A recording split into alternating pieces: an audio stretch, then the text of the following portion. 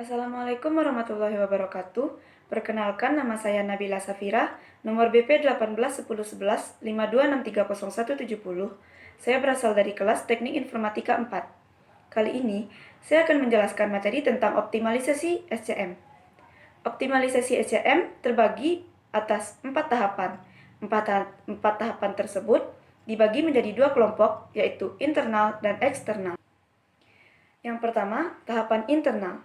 Tahapan yang ada dalam kelompok ini antara lain, yang pertama, sumber pembelian dan logistik, dan yang kedua, keunggulan internal. Yang kedua, tahapan eksternal. Tahapan yang ada dalam kelompok ini antara lain, konstruksi jaringan dan kepemimpinan dalam industri. Selanjutnya, perkembangan optimalisasi SCM. Antara lain terkait penggerak, fokus, manfaat, alat, daerah aksi, pedoman, model, aliansi, dan pelatihan. Tahap pertama, sumber pembelian dan logistik. Yang pertama, fokus kepada sumber pembelian barang dan logistik. Yang kedua, kerjasama dengan pemasok barang untuk penghematan optimal.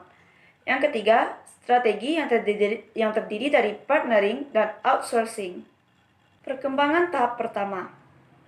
Penggerak atau vice president, fokus persediaan pembelian logistik angkutan pemenuhan pesanan, manfaat penghematan inventory carrying cost, biaya angkutan dan biaya distribusi, alat pembentukan tim dan keunggulan fungsional, daerah aksi, subjek perubahan tingkat menengah dalam organisasi, pedoman, data awal yang dijadikan dasar pertama, biasanya data biaya, model, biasanya tidak ada model tertentu yang digunakan, aliansi, konsolidasi pemasok, pelatihan, peningkatan kemampuan dan pemberian teknik perubahan seperti kerjasama tim, identifikasi, pemecahan, dan analisis akan masalah.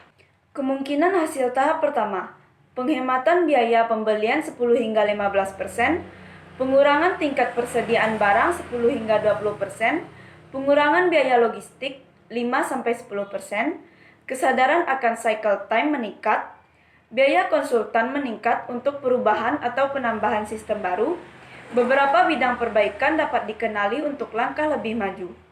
Tahap kedua, keunggulan internal.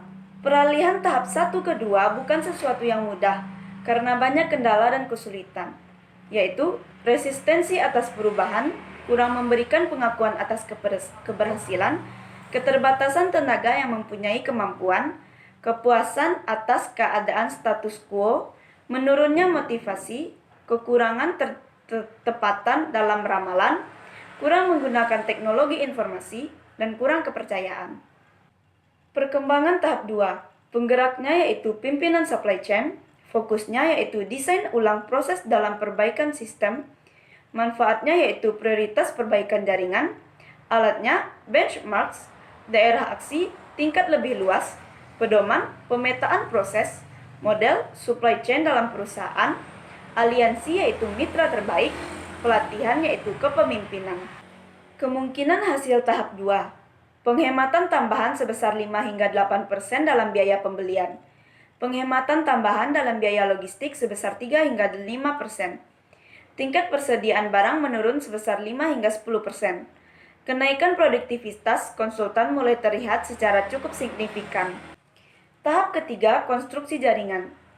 Di tahapan ini terdapat beberapa tantangan yang perlu diperhatikan dan diatasi.